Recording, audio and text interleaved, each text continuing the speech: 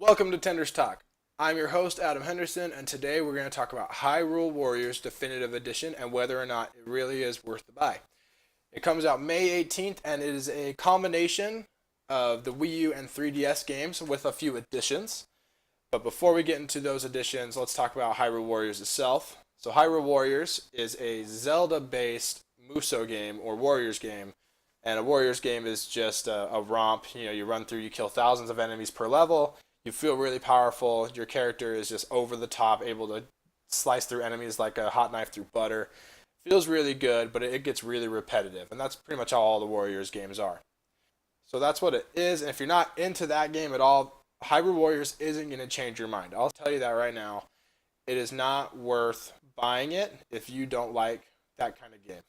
But if you already own the game, let's talk about some of the changes. So in addition to the characters that were in the Wii U game, there will be added Tetra, the King of Hyrule from the Wind Waker, Skull Kid from Majora's Mask, and Linkle from the 3DS version. So those characters were already included in the 3DS game, I believe, but they're also promising DLC characters in Medley, who is from Wind Waker, Marin from Link's Awakening, Toon Zelda from Spirit Tracks. That one is actually particularly interesting to me, because it's not just like Toon Zelda running around having the same powers as Zelda. It's going to be Toon Zelda from Spirit Tracks who can possess the Phantom people, and all of her attacks can be based on that.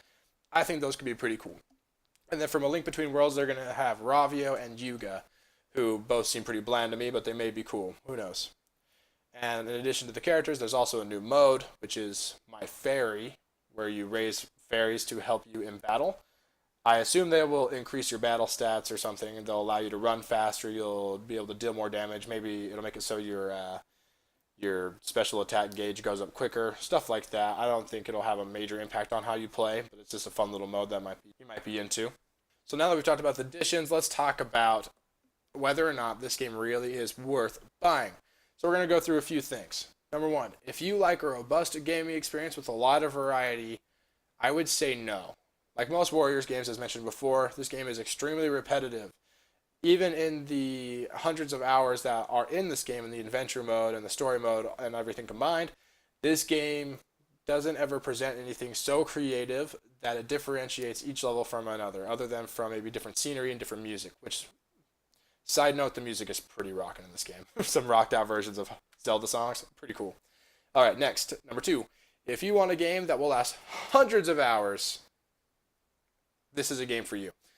So as mentioned before, with a good story mode that'll take you a few hours to get through, and then a very, very large adventure mode that'll take you hours upon hours to find every secret, hidden item, hidden weapon, and then also unlocking skills and whatnot. This game has so much for you to do, and it really can take hundreds of hours to 100% this game, if you're into that kind of thing. But again, it'll be very repetitive. Number three, if you want an amazing, authentic Zelda experience, go pick up Breath of the Wild. Don't get this game. And if you already have Breath of the Wild, go get something else. Go play Ocarina of Time, go play Wind Waker, go play Majora's Mask, go play any Zelda game that's already been released. I would even say, if you want a more authentic Zelda experience, I would suggest Four Swords Adventure before I would suggest Hyrule Warriors. Number four, and this is the big one, I think. If you own the Wii U or 3DS version of Hyrule Warriors, should you buy it? And the answer is yes and no.